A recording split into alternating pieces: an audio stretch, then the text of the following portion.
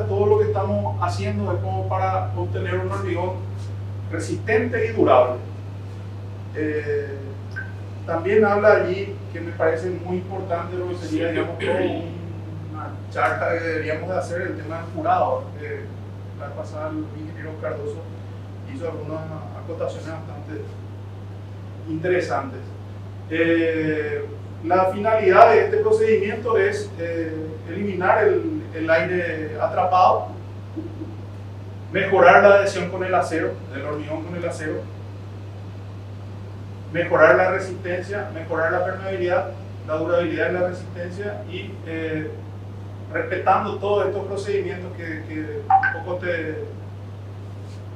te orienta esta normativa, uno puede conseguir un hormigón con un aspecto visual bastante agradable.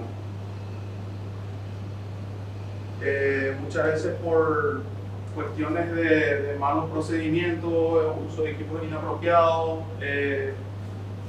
no se respetan un poco los procesos. Uno, después de moldar, se encuentra con algunos aspectos que no son para nada agradables a la vista y estructuralmente también podrían ser afectados. Acá hablo un poco del tema de la compacidad en función al término en sí y lo que uno procura alcanzar, y eso, digamos, conlleva tanto al productor del hormigón, desde que tiene que hacer una mezcla bien cohesiva, con los granos bien, digamos, distribuidos, pero aparte de eso, con la densificación, uno alcanza una compacidad que es la cualidad de tener la máxima densidad con los materiales empleados. Entonces, uno lo que hace con este procedimiento es obtener una matriz cementicia del hormigón que están finamente enlazados.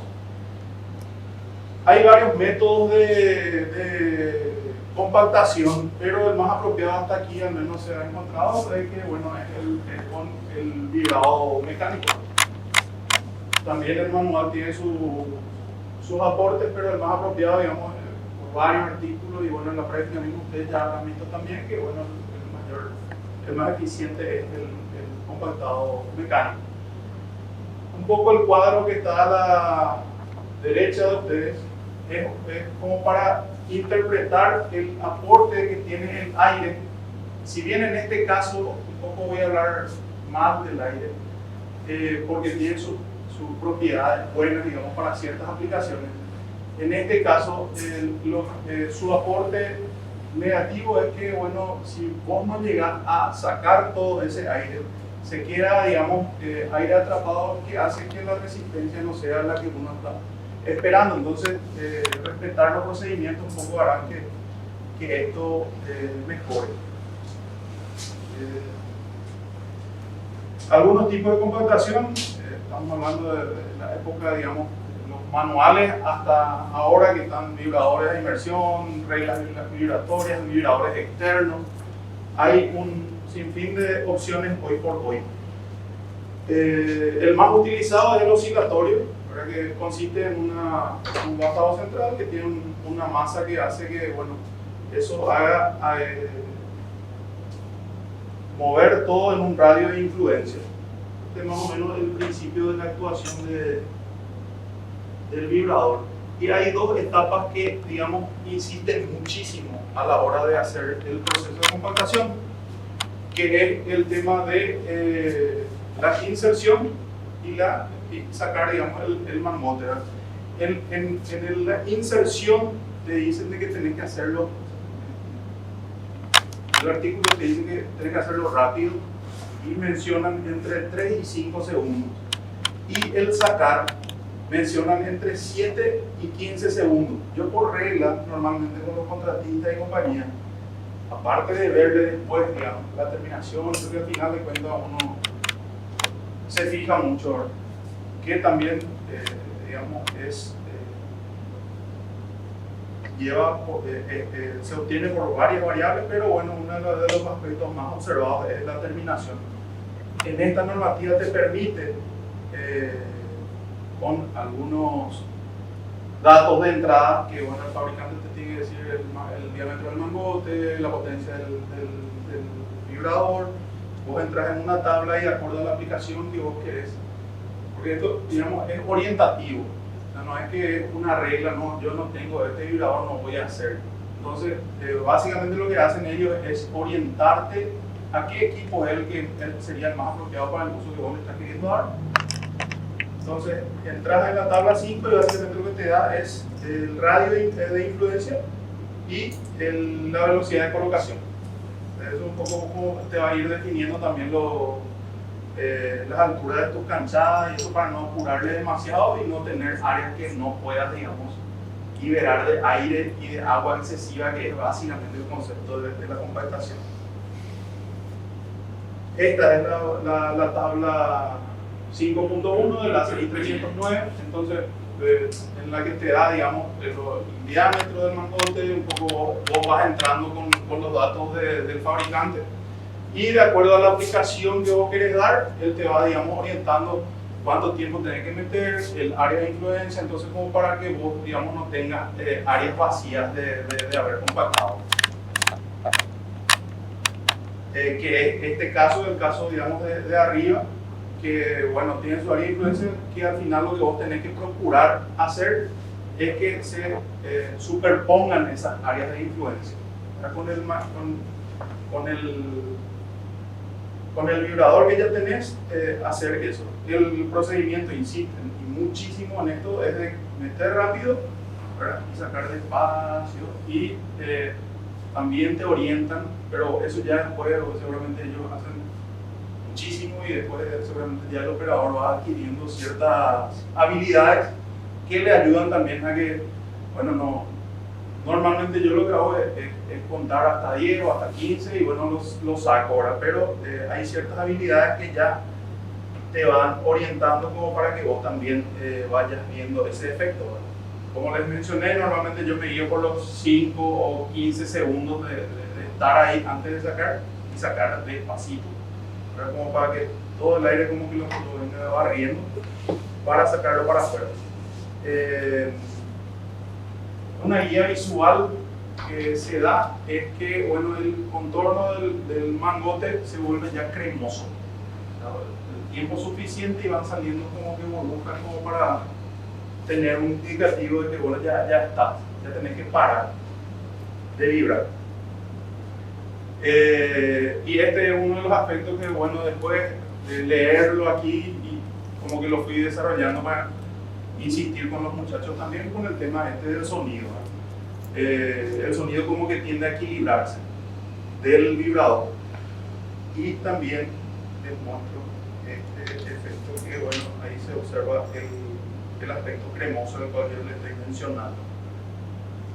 El tema de vibrar las varillas, si se puede o no, y estando el hormigón fresco se puede, inclusive te lo mencionan en esta normativa, te lo mencionan cómo tenés que hacer, pero sí ya una vez que, por eso es que es importante, como les menciono y les vuelvo a repetir, conocerle el comportamiento del hormigón, porque si vos haces ese procedimiento de vibrar las varillas, ya asumiendo que vos tenés capas ya anteriores y tardó tu hormigón por A o B motivo, podés llegar a hacer que bueno, la adherencia entre el hormigón y la armadura no sea la más óptima, ¿verdad? Entonces esos cuidados lo que tienen que tener. Se puede, ¿verdad? Si es que el hormigón está todavía fresco, se le puede, digamos, manosear en ese sentido, pero te ayuda, digamos, a mover, porque da gusto a los muchachos muchas veces le vibran a las varillas y como que se expande todo y bueno, se corre mejor, digamos, pero a tener ojo cuando ya tenés, o sea, de acuerdo al caso también, hacer esa observación de que, bueno, ya pudo haber fraguado, entonces, bueno, esto me va a dañar a la adherencia con mi armadura.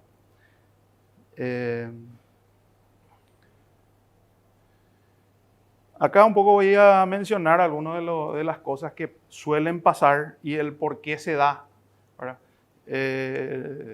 Y hay veces que son responsabilidades compartidas también, ¿verdad? En el tema de que, bueno, Esto se da por varias causas. Yo les voy a mencionar algunas, pero como les comento, en esta recomendación, en esta ACI, digamos, te dan punto a punto, y si quieren, digamos, investigar más, hay varios artículos también que les puedo ir compartiendo, ¿verdad? Pero esto básicamente se da porque normalmente el agregado grueso del hormigón ya es muy grande para de repente no respetaste la separación o se te pegó demasiado ya la armadura al encofrado. Entonces, en esos casos normalmente suele pasar. También suelen pasar por apurarle demasiado ya al hormigón. Muchas veces uno pilar también carga porque, bueno, cargaste que no sé qué elemento y bueno, te sobró hormigón, es de la misma característica y quiere tirar ahí y lo hacen con pluma o por la necesidad lo haces con pluma, ¿verdad? Entonces muchas veces uno lo apura demasiado y no le da esos tiempos entre capas de coser, digamos, una capa y otra, ¿verdad? De repente y vos estás vibrando y vos estás viendo ahí, bueno, hormigón sano, pero no estás viendo lo que está pasando en las paredes. Una mala dosificación también hace a esto, ¿verdad? Un hormigón que es poco cohesivo, muy piedrudo, con un asentamiento ya muy fluido, te puede llevar a ocasionar este tipo de patologías. El espacio insuficiente que ya mencionamos y, otra de las patologías es el exceso de huecos, que normalmente se da quiero mostrar la imagen, que es un poco lo que se daba con el tema del molde que estábamos mencionando hace rato, pero en este caso, cuando usás vos un vibrador,